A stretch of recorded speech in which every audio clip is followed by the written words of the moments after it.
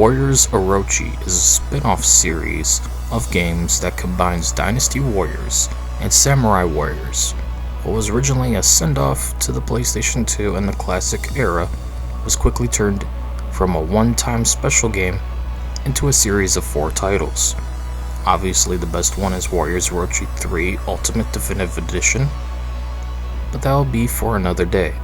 Instead, we're looking at the very first game, Warriors Orochi 1 for the PlayStation 2. It's been 17 years since this game came out. Yes, 17 years. It was released all the way back in the year 2007.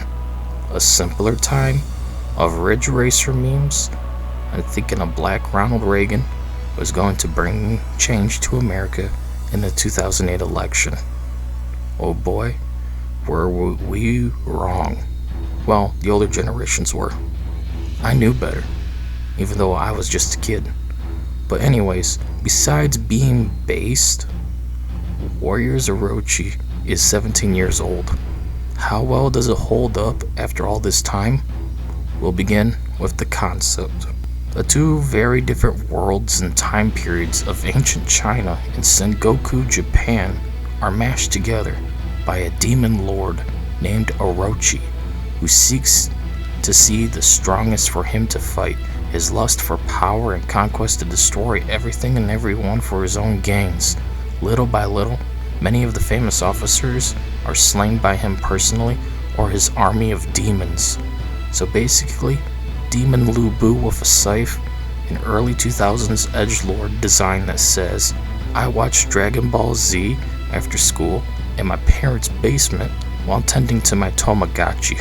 What? The story is broken up by 4 factions: Shu, Wei, Wu, and Samurai Warriors, each beginning with the same exact cutscene of the worlds being merged through demonic portals. Then things change up as we follow 3 officers working together for a certain goal.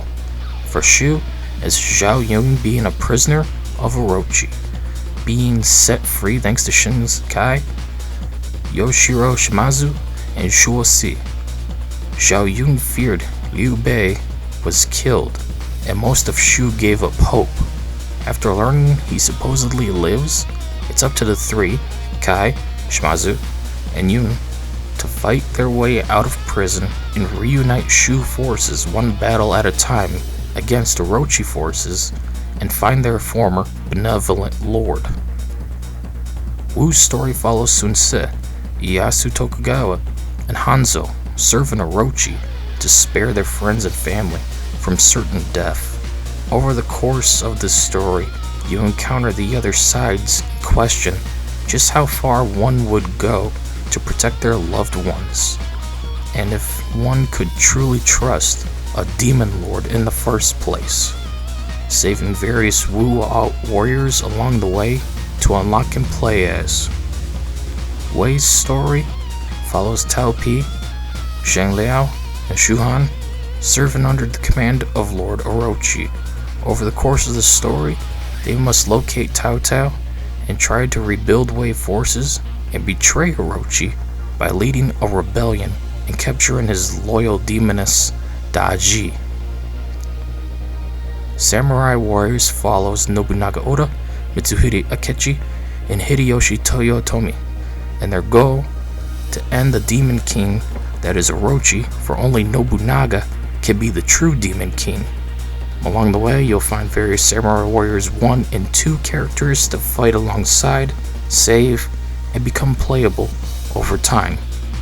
Though unlike Wu, Wei, and Shu, the Samurai Warriors characters are more likely to walk away from each other, as their only common goal is to kill Orochi, with no unity or allegiance to each other. I get it. I don't get it. Mechanically, it's Dynasty Warriors 5 combat and Samurai Warriors 2 combat mixed together. You switch between 3 officers as you play on the fly with L2 and R2. Sadly, unlike Warriors Orochi 3, you cannot have them fight alongside you. You can only switch between them in hopes that they can get some experience. Otherwise, be prepared to sink all your experience gained in each battle on leveling them up so they're not entirely useless. This means there will be an imbalance between your 3 chosen officers for quite some time, let alone for the entire playthrough. You also can only play the officers you unlock in that story within story mode. Otherwise, once you unlock an officer, one can play as them in any battle in free mode. I saw no appeal in changing officers in story mode outside of different dialogue.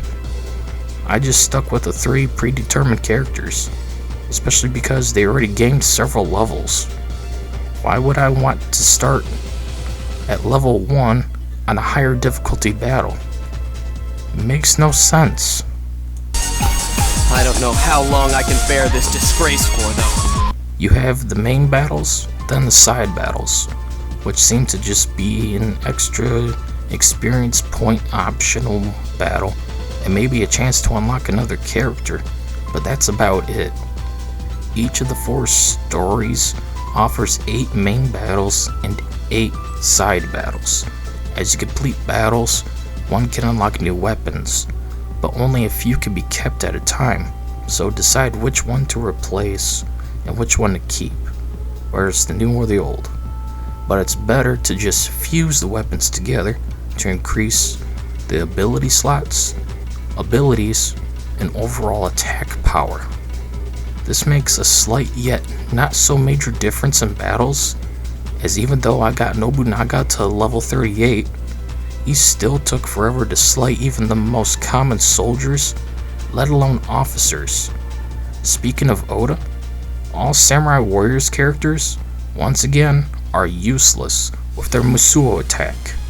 They require loads of enemies right in front of them, but this is the PS2. It can't handle much, so you swing at the air 99% of the time instead of wasting your Musou gauge. The only useful Musou attacks are the Dynasty Warriors characters, as per usual this console generation. It's awful. Story mode wise, it's basic as can be and not very interesting compared to the 3rd game. Even though this one features English dub, it's also a mixed bag. Some voices are just not a good fit for their respective characters. I'm looking at you, Hideyoshi, stupid monkey man. I can put up with it, but I'd rather have no English dub than just a bad one. This isn't Dynasty Warriors 3 levels of quirky dub, just mixed bag dub. Gameplay alone helps keep this game from being anything worse than average, yet also nothing better. My complaints lie on the unbalanced battles where you need to be in multiple places at once, or you'll lose the entire thing and lose all progress you gained during the last 10 or so minutes. Not to mention the grind to level up characters and the fact leveling them up barely makes a difference. Also note, I was playing on easy as I don't like spongy enemies in a Warriors game, yet that still made no difference. If a level 38 officer with a 30 damage sword cannot slay an early game officer in only a few hits, then what am I doing? What is the point of leveling up and fusing weapons? My other complaints lie in the story being basic and not interesting, yet I get it. It's the first Orochi game, but in turn, that makes it harder to play. The game just feels so average and easily forgettable. The best way to describe Warriors Orochi 1 would be call it the Dynasty Warriors 2 of Orochi games. Fear pervades all. Honor knows no place. My lord Liu Bei is dead. Liu Bei lives still. At the end of the day, I still recommend the game, despite its flaws and basic design. I still had some fun. It's an average game at best, and that's okay. For being 17 years old, Warriors Orochi has aged decently gameplay wise. Would I recommend it though over any other entry? No, God no. Well, maybe except for 4. The first game is better than Warriors Orochi 4 by a country mile. Anyways, that's it for this video. See you next time. We got some other Warrior games to tend to this year. I'll be back for you all! Ha!